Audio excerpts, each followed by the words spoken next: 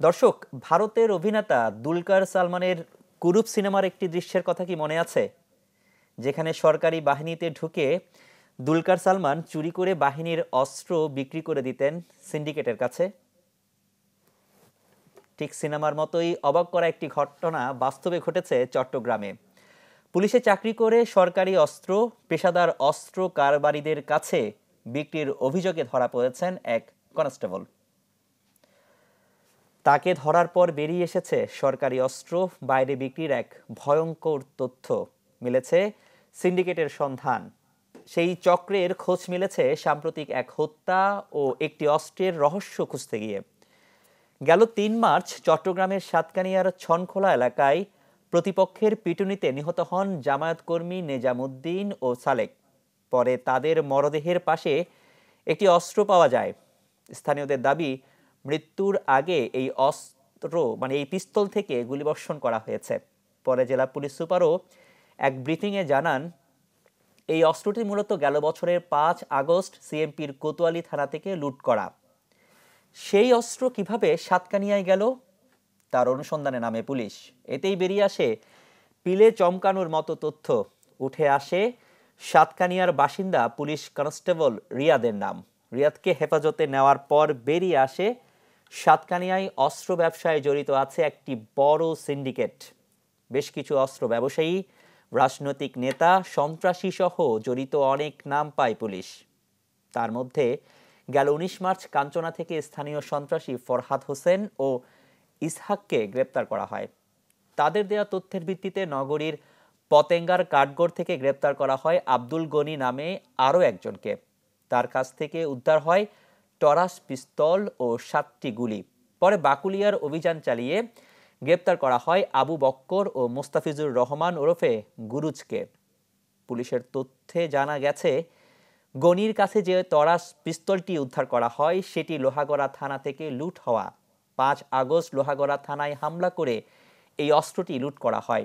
গনির কাছে পিস্তলটি বিক্রি করেছেন বক্কর।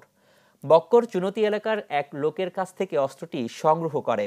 বক্কর নিহত নেজামের সহযোগী বলে জানা গেছে। এর মধ্যে ফরহাদ হোসেন হচ্ছেন নেজামের সহযোগী। তার বিরুদ্ধেও ৪টি মামলা রয়েছে। উৎসবে খুশি হবে নগদে বেশি, কারণ ঘন্টায় ঘন্টায় আছে গিফট জেতার সুযোগ। নেজামের নিহতের দিনও ছনখোলায় ফরহাদ একই সাথে ছিলেন, তবে তিনি অটোরিকশায় ঘটনাস্থল থেকে পালিয়ে যান। মোস্তাফিজুর হচ্ছেন অস্ত্র বেচাকেনায় পুরনো লোক। তার মূল ব্যবসা অস্ত্র বেচাকেনা ও মধ্যস্থতা করা। এর আগেও অস্ত্র নিয়ে গ্রেপ্তার হয়েছিল মোস্তাফিজুর। ইসাকের কাজও একই, সেও মূলত অস্ত্র বেচাকেনার মধ্যস্থতা করে দেয় এবং কমিশন নেয়। পুলিশ কনস্টেবল রিয়াদের বাড়ি সাতকানিয়ার কাঞ্চনায়। বর্তমানে চাঁদপুর জেলায় কর্মরত সে। তাকে গেল ১৫ মার্চ সিএমপিতে ডেকে জিজ্ঞাসাবাদ করা হয়। সে মূলত বক্করের আত্মীয়। এই ঘটনায় বেশ কিছু অডিও রেকর্ড ফাঁস হয়। তার মধ্যে রিয়াদকে বলতে শোনা যায়, বার্ষিক ফায়ারিং করার সময় গুলি ফায়ার না করে সে রেখে দিবে। ভাবা যায়। এছাড়া বিভিন্ন লিঙ্ক ব্যবহার করে আরও গুলি সে অস্ত্র ব্যবসায়ীকে সরবরাহ করতে পারবে। আটক সবাই গতকাল শুক্রবার আদালতে তোলা হলে তাদের মধ্যে রিয়াদ, আবু বক্কর ও মোস্তাফিজুর রহমান অস্ত্র বেচাকেনার কথা স্বীকার করে জবানবন্দি দেয়। আব্দুল গনি ও ফরহাদ হোসেনকে ৩ দিনের রিমান্ড নিয়েছে পুলিশ। সিএমপির একাধিক ঊর্ধ্বতন কর্মকর্তার সাথে আমরা কথা বলেছি।